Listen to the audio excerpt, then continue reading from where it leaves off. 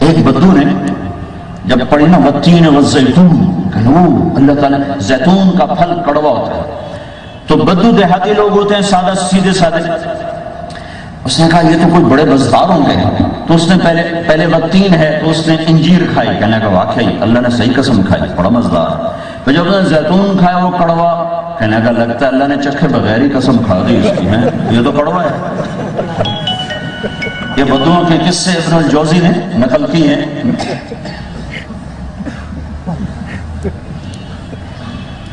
ایک بدو امام کے پیچھے نماز پڑھ رہا تھا، امام صاحب نے پڑھا انا ارسلنا نوحا، آگے بھول گئے، ان کا انا ارسلنا نوحا، ہم نے نوح کو بھیجا، آگے بھول گئے، پھر کہا انا ارسلنا نوحا، ہم نے نوح کو بھیجا۔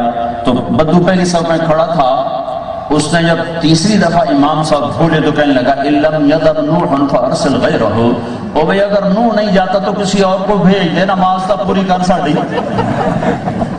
تو یہ سارے صحیح واقعات ہیں، یہ جھوٹ نہیں ہے، صحیح واقعات ابن الجوزی نے نقل کی ہیں۔ کہا بھائی یہ نوح نہیں جاتا تو کسی اور کو بھیج، ساڑی نماز تا پوری کر۔ تو اللہ تعالیٰ نے کہا اس چراغ میں جب زیتون کا تیل ہو تو بڑا خوبصورت جلتا ہے، تو یہ تیل کیا ہے؟ یہ اللہ کا قرآن ہے۔